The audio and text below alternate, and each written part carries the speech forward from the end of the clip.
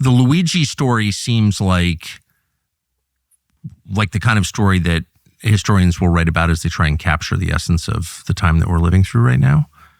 I don't really understand what it means. He just issued a letter, I think, from jail. Yeah. What is that story? Well, from the moment the crime was committed, I realized that we had a crime built, engineered for the social media age. If you think about the OJ crime as the crime that made cable television and, serial, true life crime shows an established thing in America. Yes. Or if you think about the Lindbergh case as having the synergy with the age of radio. Yes. Well, the Luigi case is the age of Instagram, TikTok, and Twitter. And it was that since day one. Remember, the crime occurred on video, on a surveillance video. And the surveillance video was wonderfully staged, if you know anything about how movies are set up. You had the killer in the foreground in a hood, his face obscured. You had the victim in the distance, a tiny stick figure. He shoots, the stick figure falls. Now, the way that shot is set up, if you were to set it up, you have a lot of interest in the shooter, but none at all in the victim. Imagine it reversed. If the victim had been in the foreground and some tiny figure had shot him, you would have had sympathy for the victim. You'd see him die. You'd see his paroxysms, his spasms as he expired, but it was the other way around.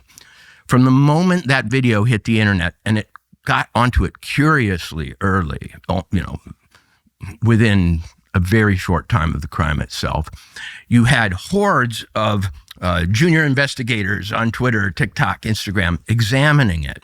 And there was a mystery in the video, which was, why did he have such trouble charging his gun? Why did he have such trouble operating his gun? So mystery one was, is this a professional killer or is it, an amateur? The amateur people argued, well, he can't seem to, he keeps getting jammed. The professionals argued, well, that's this certain sort of firearm, and, it tends to do that. So you immediately had this mystery of the gun and this mystery of the killer's expertise.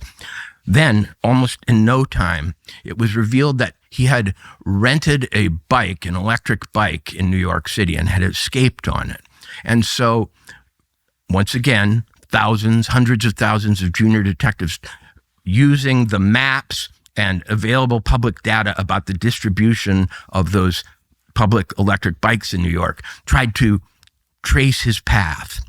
A few days later, or maybe even a day later, we find out that the hooded figure, whose face we didn't see in the first video, checked into a youth hostel, either before or after the crime, but a video emerged from a youth hostel in which you can see his partial face while he flirts with the obviously besotted clerk at the youth hostel.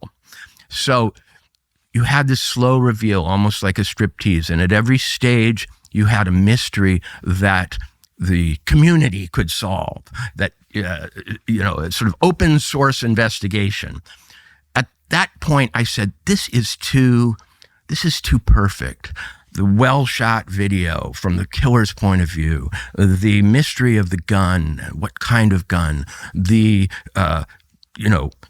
following the bike path digitally. And then it just got more and more made for social media.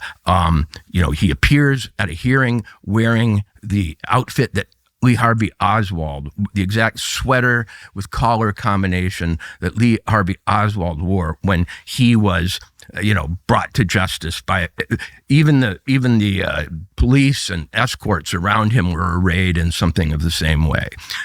So he dressed the part of the patsy or Oswald. Last year, we did an interview with a woman called Casey Means. She's a surgeon educated at Stanford. She's the nominee for a Surgeon General right now. She really is one of the most amazing people I have ever met. The interview made me emotional. In it, she explained how the food that we eat, produced by huge food companies in conjunction with pharma, is wrecking our health and wrecking this country, making it weak and sick. She's the co-founder of a healthcare technology company called Levels, and we're proud to partner with them. And by proud, I mean actually proud, for real. Most of us are not metabolically healthy. Even worse, we're not aware that we're not. We have no idea where our health stands. As we speak now, we don't know how to improve it. With Levels Labs, you'll get insight into your health to help you understand where you are, to measure and optimize your well-being. It is the best thing you can do to get a picture of where your health stands and how to make it better. The Levels app works with something called the glucose monitor, CGM. And now the Levels membership comes with a 28-marker cardiometabolic blood test, giving you a comprehensive view of your health with clear guidance on how to improve it. You can also get the extended panel, which gives you an even more detailed view with 100-plus biomarkers, real-time personal data. So you take control of your health for the better. You know what happens when you eat certain things. We just got word that Levels is offering this show's listeners annual memberships with an additional 2 free months through the website. The website is levels.link/Tucker. That's levels.link/Tucker, 2 months free. The hood part was, of course, redolent of the Unabomber. Of course. And then, lo and behold, a manifesto appears, much like the Unabombers, in which, he outlines his motives. He's avenging the torturous, brutal American healthcare system on behalf of all those who've been denied coverage. He's a man of the people, and so on.